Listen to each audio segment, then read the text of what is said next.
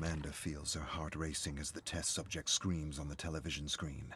She observes him as he looks down at the see-through cylinder pressed against his bare abdomen. Several rats are trapped inside the cylinder, screeching against the subject's skin. The thermometer inside displays 97 degrees Fahrenheit. The rats are agitated. Stuck between the glass and his stomach, they cannot escape the heat. Amanda is pleased to see the subject cry as rats claw at his skin. Then he succumbs to his flaw, activating the trap's last mechanism. Amanda feels a jolt of adrenaline as a board rises inside the cylinder glued to the subject's abdomen, opposite to the ravenous rats, letting through a hissing cobra. The snake uncoils, and the rats go wild. They claw and gnaw madly at the subject's stomach to escape the snake. One rat ventures inside the subject's gut. Amanda smiles as she watches him scream in agony. Game over.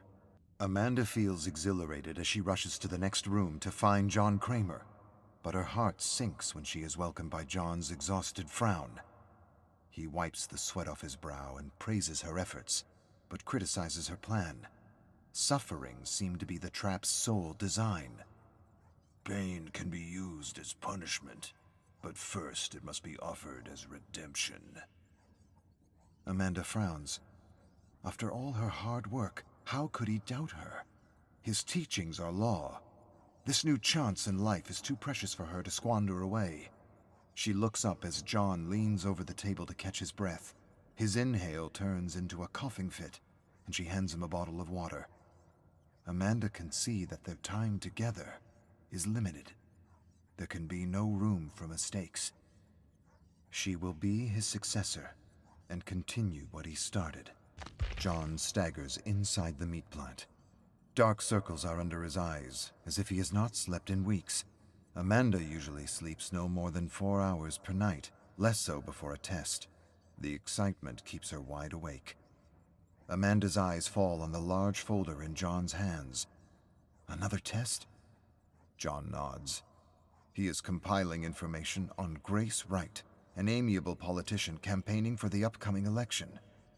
Amanda watches him as he massages his temples. He looks worse than last week.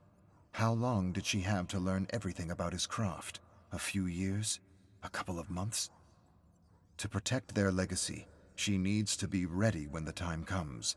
She must continue John's work as Jigsaw, the successor. Amanda reaches for the folder in his hands.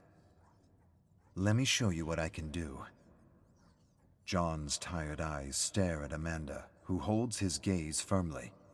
She is ready, and they are running out of time. He nods reluctantly.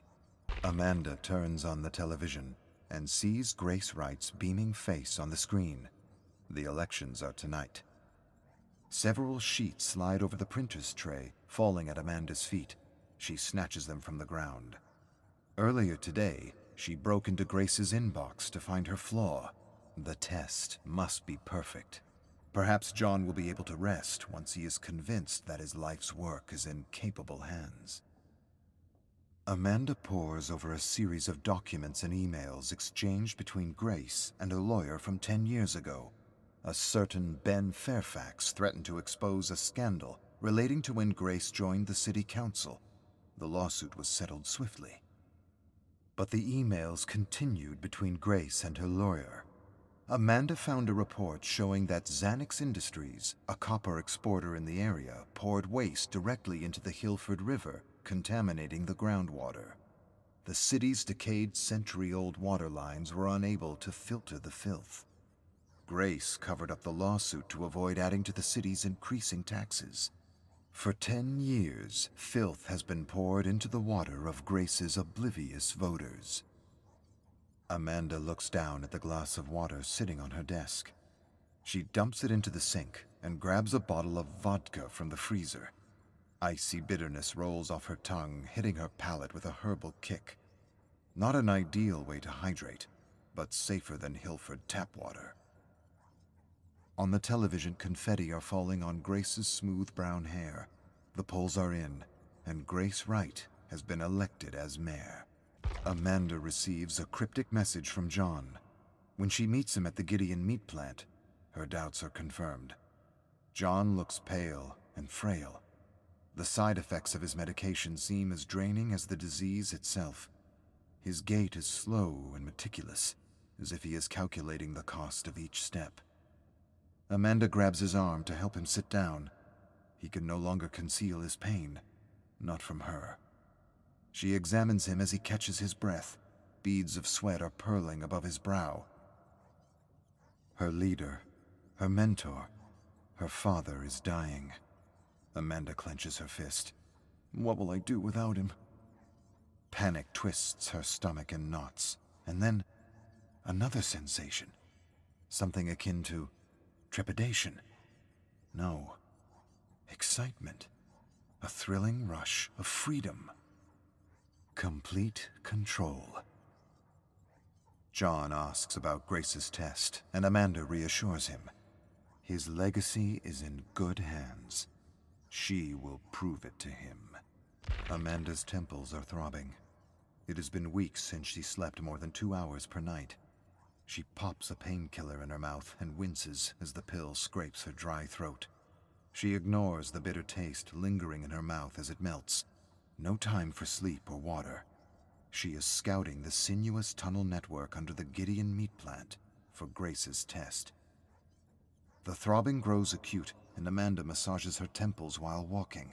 Her head feels as if it's going to explode, but she cannot stop. John needs her.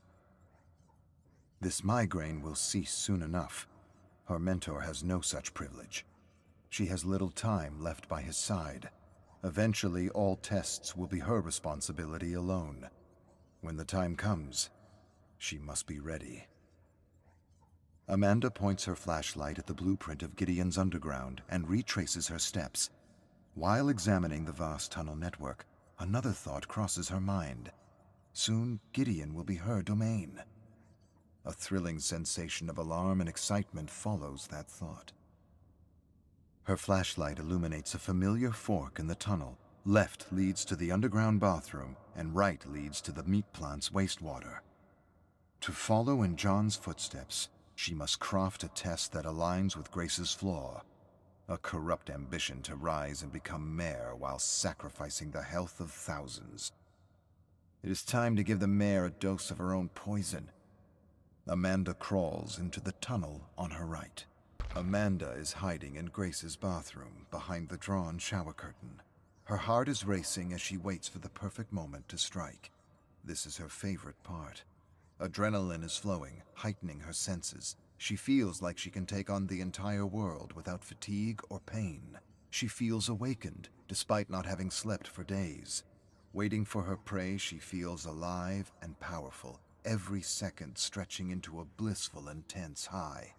That is the real power of John's teachings, a second chance at living in a heightened state of mind. Amanda hears the door creak open in the hall. She strains to hear if someone is with Grace. A pair of footfalls confirm what Amanda already knows from Grace's schedule. The mayor is alone tonight. The bathroom door screeches open. As soon as Grace steps inside, Amanda strikes. A fight follows between the two women as water spills over the rim of the bathroom sink. Amanda slams Grace's face into the mirror. Grace shrieks and headbutts Amanda, and a jolt of pain courses through her masked nose. Amanda stumbles backward, but the adrenaline kicks in. She is ready for this. Grace pounces on her and grabs her pig mask, but Amanda elbows Grace in the gut and leaves her gasping. As Grace catches her breath, Amanda rolls over and slams Grace's head into the heated floor. Grace is knocked out. Amanda is toying with a water bottle made of glass. A pile of keys lies on the table in front of her. None of them matter, except for one. She should insert this key inside the bottle, but Amanda hesitates. If she does, Grace could use it to escape. A freshly elected mayor would make a useful ally, and a powerful successor for John. Amanda's grip tightens on the bottle. She would do anything for her mentor, even betray his teachings. Redemption should only be granted to a select few, after all. She pockets the real key and drops a fake inside the bottle. Then she throws the bottle into a pool of meat wastewater. This is Amanda's design as the rightful and only successor of John Kramer. Game on.